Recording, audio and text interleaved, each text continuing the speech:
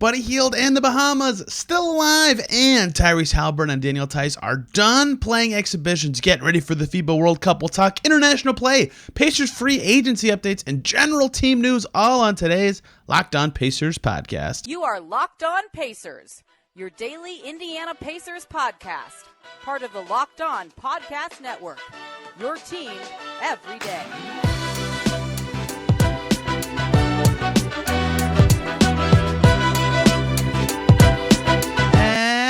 Happy Tuesday, everybody. Welcome into another edition of the Locked On Pacers podcast, where we, of course, talk about the Indiana Pacers. As always, my name's Tony East. I cover the team for Forbes and SI, and today it's our weekly FIBA/news/ this time free agency updates for the Pacers, checking in on the three Pacers playing in international play, what they've been doing, what they've got coming up, and the latest news around the team. Pacers made, or at least have reportedly going to make, a signing.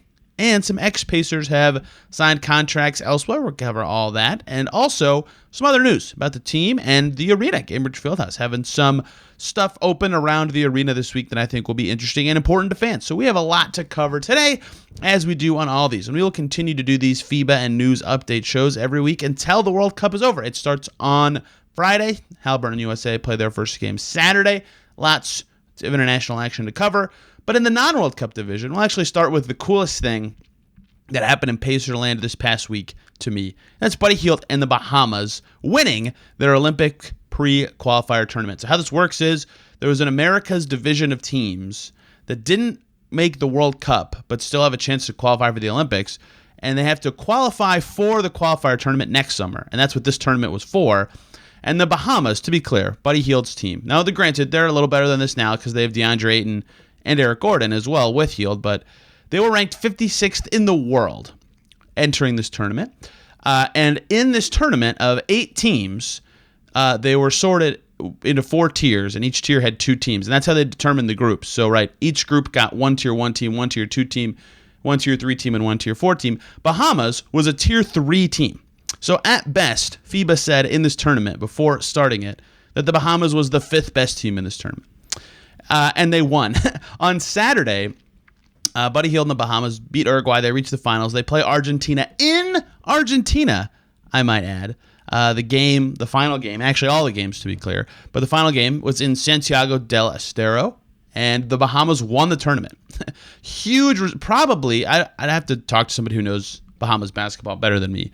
Given what I know of the program, they've never been in the Olympics, maybe the best tournament they've ever had as a program. And Buddy Hield, a huge part of that. He was, to be clear, I was very busy this weekend. I was out of town on a trip, so I didn't catch all of the action, but I caught enough of it. It was very fascinating to watch him in this tournament setting. If you've listened to me talk about Buddy Hield at the Bahamas before, you know, he's like playing point guard a little bit, which is so strange. It's not what he does for the Pacers at all.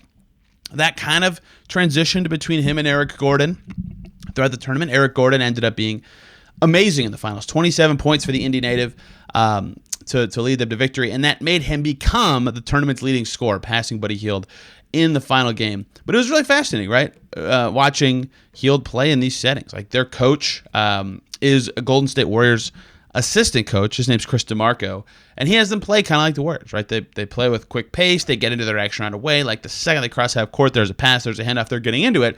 And Hield's pretty good at that, right? He's good at the random action stuff. He's constantly moving. Like, he fits in really well in this setting. And so even when he had the ball more, like, he wasn't a playmaker, to be clear. Like, in the end, I think he finished, let's see the exact number, 3.3 assists per game. Right? That's not a lot, but the way he was asked to do it, or like set up plays, or like toss the ball to someone else, is not something he typically does. So I thought that was interesting. The game I watched the most was their first Argentina game in group play. They were down like 15 in the second quarter. Huge comeback win. They smoked them for the last 3 quarters. That's kind of where it became clear that Hield and the Bahamas could actually do this. This is really fascinating. I wrote this in my notes, and I wrote this in a piece about Hield's little run. It was a very anti-Buddy Hield game, right? Like, Argentina's good. They have Nick Brusino, Facundo Campazzo, Carlos Delfino, Luca Vildoza, Gabriel Deck, like a ton of ex and current NBA players. But this game for Buddy Hield was fascinating because it was the opposite of a Buddy Hield game. He was getting destroyed on offense, right? He started, I think, 1 for 4. He was kind of finding his spots, but he couldn't really get wiggled free. Campazzo was giving him hell. This is the game that he struggled the most at point guard because Campazzo was just all up in his grill and stealing the ball. And that's what he does. Campazzo does that to everybody, but Hield's not typically a lead ball handler, so he struggled for that. But he did a great job on defense. He guarded Nick Brusino pretty well, and it was very impressive to see him have an impact on that end. Like right when Buddy Hield came out of the game, Brusino got it going in that first quarter. It was really interesting. And this is not a discussion about his NBA defense at all. Clearly, he needs to be better at that. But in that game, he was good on that end of the floor, and he finally got it going right before the end of the half. Bahamas regained the lead. They never gave it back, and they ended up winning the tournament. It was really, really cool to see them pull that off. Final stats for Hield: 19.8 points, 4.8 rebounds, 3.3 assists per game. Only 43.5% from the field and 29.3% from deep. Eric Gordon was really the carrier of the offensive ball handling. Ayton was really good at times for this Bahamas team, but Hield would toggle good game, bad game, good game, bad game with his efficiency, and they get it done. Really, really cool to see them pull this off. There's a great video. Let me find the exact Twitter account while I'm talking, of the Bahamas team celebrating in the locker room after winning this tournament. They're just going nuts. At Bahamas Press, if you want to see it. Hield is, of course, in it, and they're going crazy. It's a huge win for them. So next July, Bahamas will play in the Olympic qualifier tournament with a chance to actually make the Olympics for the first time. Kai Jones is Bahamian, the center for the Charlotte Hornets, so he didn't even play in these games. Perhaps they could have more NBA reinforcements. Who knows? But very cool for Buddy Hield. Very cool for the Bahamian people and that team to pull that off. And Hield played pretty well, although to be clear, I have not watched in full either of their knockout stage games against Uruguay or Argentina. Let's go to Daniel Theis next, and then we'll close out with Haliburton to start the next segment. Theis and Germany finished up their Olympic pre-qual games over the weekend. First up, they played Greece, and Theis just continues to be like a short roll beast. Like in international play, when he's the starter and he's allowed to make decisions and shoot jumpers, like he had an alley-oop against USA, but like he sets a lot of screens and is allowed to do stuff with the ball and take jumpers, and he looks pretty good in this setting. Greece, no Giannis, they're not particularly threatening, as at least as threatening as they were thought they could be before the tournament started. But on Saturday against Greece, Theis had 15 points. They won 84-71, and he had 15 points in like 22 or 23 minutes. I forget exactly how much, because he got ejected in the third quarter, about halfway through it. He fouled out on like consecutive possessions. Him and Papianis, if you remember him when he was on the Sacramento Kings. We're getting into it. It was super weird. The FIBA play is so fun. If you find a way to watch it, some of these games will be on ESPN2. A lot of them are going to be harder to watch once the World Cup starts. Do it because it's so fun. Theis is great in these settings though, and he looked good in that game. Their second game, Germany had not lost an exhibition yet, to my knowledge. They even beat Canada, which was super impressive. Canada's going to be good in this upcoming World Cup game. They then played Haliburton and USA to close out the USA Basketball Showcase. Germany was doing great. They were up like 15 or 16. And when we get to Haliburton, we'll explain how they blew that lead, because Haliburton was enormous in the comeback. But Theis started off great. He finished very poorly shooting, 5 for 16 from the field. He finished with 12 points, 13 rebounds, one of the many double-doubles Germany had. But like people were tweeting, I saw this, I think it was John Hollinger at halftime, like Theis was playing better than Haliburton at the first half, which was pretty interesting. He looks, again, pretty good in these settings.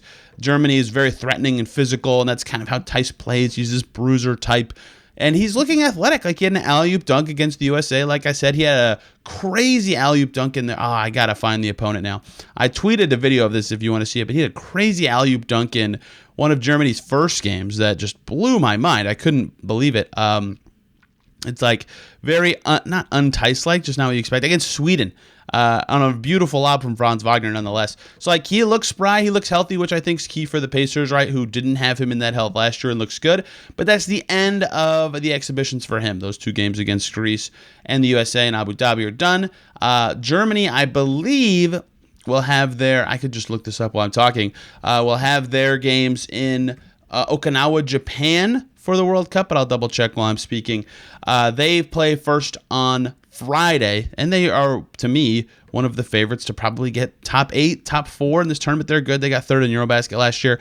Yes, Germany will be playing in Japan, so they're not in the United States side of the bracket. I think the earliest they could play each other is the semifinals, so that Theis versus Haliburton game we saw on Sunday could not happen again. But Theis' Germany was playing well and ahead, and then Haliburton stole their hearts. And speaking of Tyrese Haliburton, how did he and Team USA wrap up the USA Basketball Showcase? We'll get to that here in segment 2, because World Cup play coming up for Haliburton and the USA as well. But before we talk about all that, gotta quickly talk to you guys about the great people over at Birddogs who have made maybe my favorite shorts I own. I now have 3 pairs of the shorts and a pair of their pants. And I wear them quite frequently, including this weekend when in Tennessee. Walked around a lot, played pickleball 2 days in a row, wore Birddogs for both of the days. Didn't sweat very much, felt great, looked great. What are Birddogs? They make you look good. They have stretch khaki shorts that are designed to fit a little slimmer and give you like a sculpted look. And they do the same thing as Lululemon, but they fit better. And they fit better because they're not made, of a stiff restricting cotton. Instead, they're made of a cloud knit fabric. It looks like khaki, but it stretches, so you get a slimmer fit. And they use anti-stink sweat wicking fabric that keeps you cool and dry all day long. I can attest to that. You got to try them. Go to birddogs.com/LockedOnNBA, or when you go there, enter the promo code LockedOnNBA for a free white tech hat when you check out. That's birddogs.com/LockedOnNBA, or promo code LockedOnNBA for a free white tech hat. You won't want to take your Birddogs off. We can promise you that here at Locked On Pacers. Thank you, as always, for making Locked On Pacers your first listen today and every single day for your second listen. Just go to Locked On Sixers. More going on in this Harden Morey stuff. It's nuts. It doesn't make sense. It's so interesting that James Harden, the reason he called Morey a liar reportedly was that he said he'd be traded quickly. He has not been. I don't know if that's the case. Or, breaking the rules a little bit, make your second listen Locked On Colts, because Jonathan Taylor also in the trade scuttle. My goodness, I can't keep up with that. And that has been so interesting that I've gotten into the NFL salary cap a little bit. And it is fascinating to see how both sides are playing this, because I think Jonathan Taylor has done everything he could do to get what he wants. And I think the Colts have done exactly what they should do to get what they want. And so it's just a fascinating thing to see how it will unfold in the end, or who will give in a little bit more of a way that concedes some space to the other party. Locked On Colts is where you can find more on that from Jake Arthur and Zach Hicks. Here on the Pacers side in the NBA, their star player Tyrese Haliburton looking great for Team USA. It's kind of crazy how well he looks to me with the second unit. Like, it's so funny to see how this team plays. Like, they have the starting 5 with Ingram and Anthony Edwards and Jalen Brunson and all these really talented players. Jaren Jackson, Mikal Bridges. And that group is slower and more physical, and that's fine. That's a good style for FIBA. Brunson at his best was huge. They don't beat Spain without him. The way he played against that lineup. And then the second unit, Haliburton, Camp Johnson, right? They're flying around. They play smaller. Josh Hart's in that group. And Haliburton just shines in this faster setting, and the team looks awesome. And I think with Steve Kerr's style, he fits in really well. And he ended up, I don't know if he led the team in minutes, but he played over 100 minutes in these 5 showcase games. For you people tracking who care about this, Brunson did not play 100 minutes, I believe. It's like 4 minutes apart. I don't actually care about that, but people seem to have a lot of commentary about this Haliburton Brunson stuff. Anyway, Haliburton looks great. They played Greece in their first game of Abu Dhabi play, their 4th exhibition game. That was his worst game, certainly, of this. It was his only game where he didn't have either double-digit points or double-digit assists. They beat Greece easily. It's not like it was a problem or anything, but then he was awesome against Germany. They played Germany with Theis on Sunday. Tough game. Germany was good. They were up like 15 or 16 points, 16 to be exact, with 3:48 to go in the third quarter. USA down 16. And then in under 3 minutes, Tyrese Haliburton had 11 points by himself. The game was nearly a 20-point deficit. They cut it all the way down to single digits.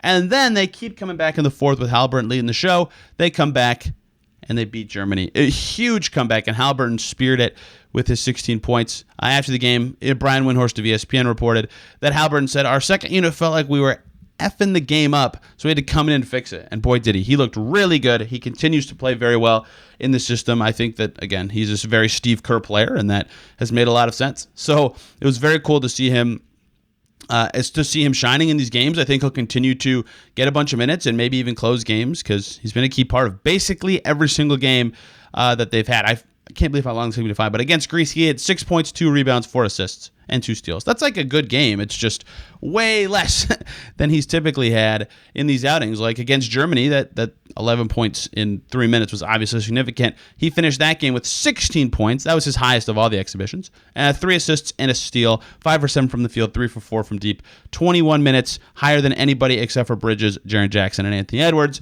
Anthony Edwards looks freaking ridiculous right now. If you haven't caught these USA games, I highly recommend it. FIBA play is just a blast. So they went 5-0 in these exhibitions, including beating some teams that will actually be tough in the World Cup, like Spain, like Germany. I don't know if they'll be the best teams necessarily. Slovenia with Luka should be good. Canada should be great. Like, I think a lot of people have been talking about ranking teams just using their NBA salaries, and that's how you get those. France should be pretty good. Greece, if Giannis had played, would have been good, but he's not. So they'll be, like, Sabonis isn't playing for Lithuania. So USA should be the favorites, and they looked pretty good, but not infallible in these exhibitions. They're going to have to, I think they're going to have to play a little better. I'm not going to lie. To step it up, they can lose a group stage game, but once knockout play starts, which is September 5th, they'll have to up that. So next week, by the time we do this, the classic FIBA Pacers update, I'll probably do it Thursday, because that'll be the day after group play ends. So then Theis will be done, Haliburton will be done, and they'll be going into the second kind of group phase, and then we'll continue to update because the last game is Sunday, September 10th. But Haliburton's group is Group C with Jordan, Greece, and New Zealand with USA. I should have said that Germany's group earlier is Finland, Australia, and Japan. Germany plays on Friday the 25th. USA plays their first group stage game on Saturday the 26th, and I think Haliburton will probably continue to come off the bench and just speed up that second unit, but still play a ton because of how valuable he's been. He's looked very good, and he was a big part of them going 5-0 in these exhibitions. Looking forward to seeing what he can do going forward. We'll get to free agency updates and some other stuff in the third segment, so let's just fire through some news in Pacerland. First up, arena stuff. The Bicentennial Unity Plaza. What the heck is that? Listener, good question. So, that is the area to the north of Gainbridge Fieldhouse, this outdoor facility.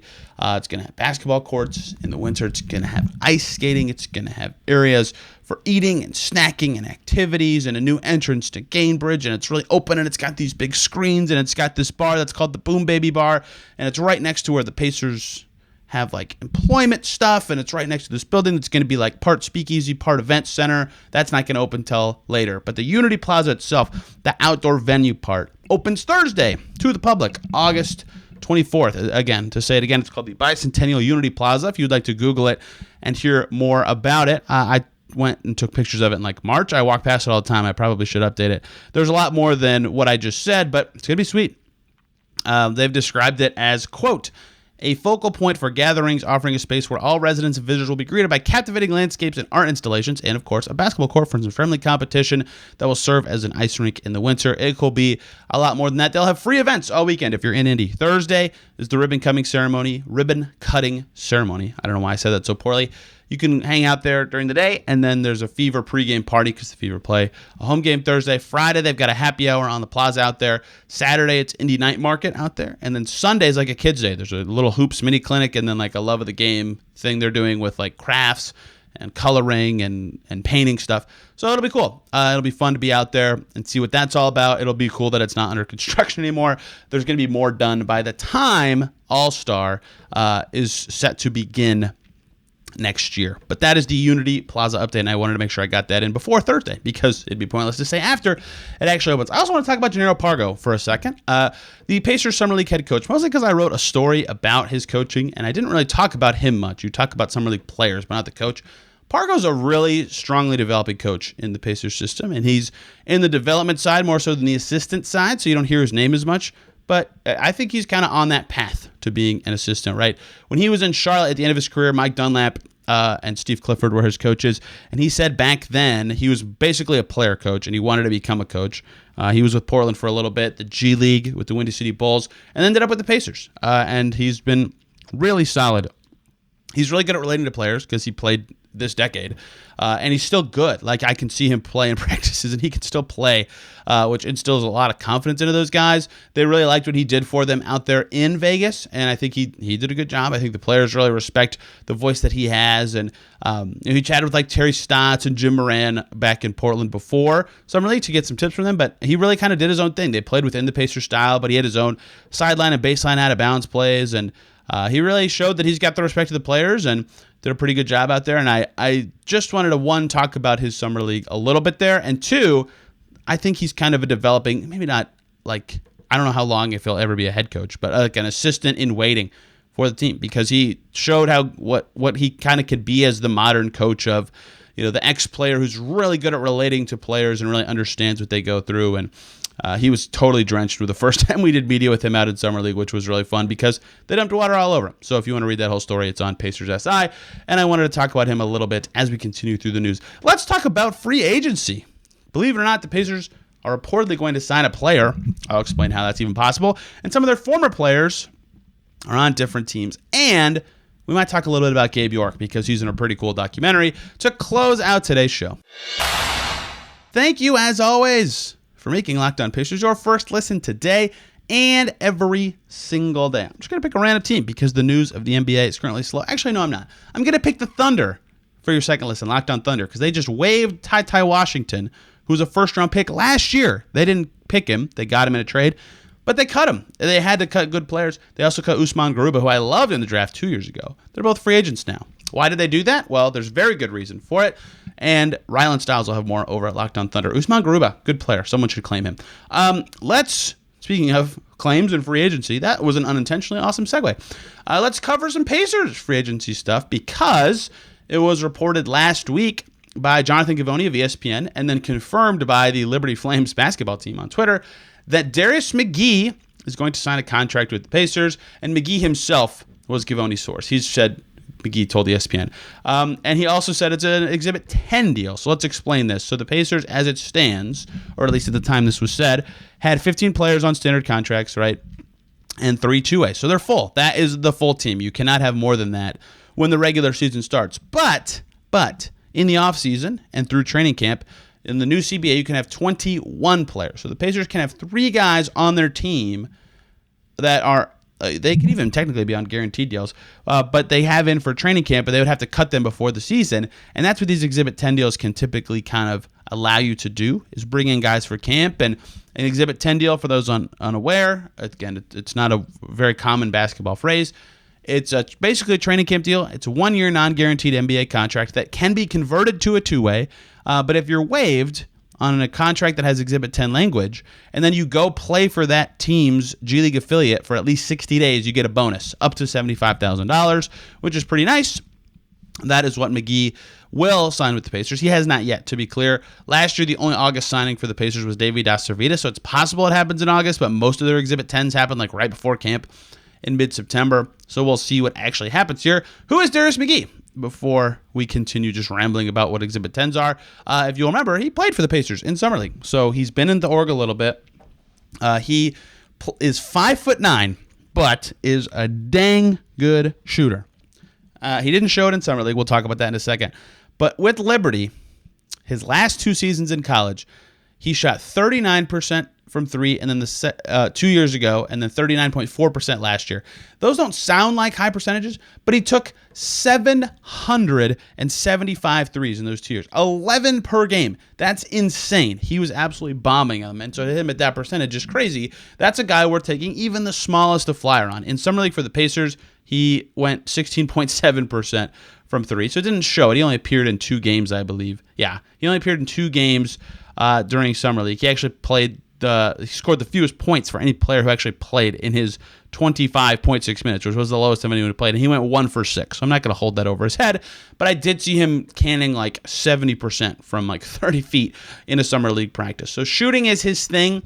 He kind of played 2 guard, not really 1 guard. Like his assist totals are pretty low for Liberty, but he's already been with the org. And that's his deal. He can really shoot it. He agreed to that Summer League thing with the Pacers like right after the draft. At least that's what came out on Twitter. So clearly they have some interest in him, and perhaps he will be a Mad Ant who is running the show. Who knows what David Stockton's future holds, or Gabe York's, or anything. Mad Ants may need guards, and Darius McGee could be that. He could really shoot it. During those summer league practices, he told us in his media availability that he's trying to be a sponge, learn a little bit, right? He's 24, and trying to learn point guard a little bit because he played that 2-guard role with the Liberty Flames in college. He said he felt really great about the Pacers. He had a pre-draft workout with them. After that, he said, great organization, great people. He said, I played the 2 mostly in college, playing the 1, kind of running things. He was learning a lot from Andrew Nembhard. So we'll see what this means for him, or if it's one of those Exhibit 10s that's just like for a day like last year, or if he'll actually be in training camp. We'll see, but that is the first reported Exhibit 10 signing for the Pacers. They can do 2 more to fill up their team before training camp actually starts. 2 other little lesser, actually I'll do 3 here, to tie up some free agency stuff involving the Pacers last year. Let's get to every player who I haven't talked about who actually was on the team at all last year, because we've covered everybody who finished the season on the Pacers, their new home or their current free agency outlook with the veterans. But we haven't gotten to is someone like Trevelin Queen, who was on a 2-way until very late in the season, got waived right after the Mad Ant season end so Gabe York could get his roster spot. Trevelin Queen has agreed to a deal with the Orlando Magic, Chris Haynes says. The Magic have a full roster, but have an open 2-way slot. It was not reported as a 2-way signing, but if that 2-way is still open, perhaps he could get it. He's like the perfect 2-way guy to me, where he's super good in the G League, great for your G League program potentially, but isn't quite NBA ready. He even told me during the season that he's trying to grow mentally. He definitely needs to. But he's talented. He's super talented, right? Like a lot of people were telling me last year, like, dang, this kid's good. So he's really good for that kind of spot of the good training camp player, maybe a 2-way player, and I think Orlando could be a great spot for him to potentially do that again. So Trevelin Queen, remember, he played in 7 games for the Pacers last year, 3 points, 2.4 rebounds per game. We'll see what he can do. He hit that 13.9 rebound explosion, I would call it, for him in OKC. Looked pretty good.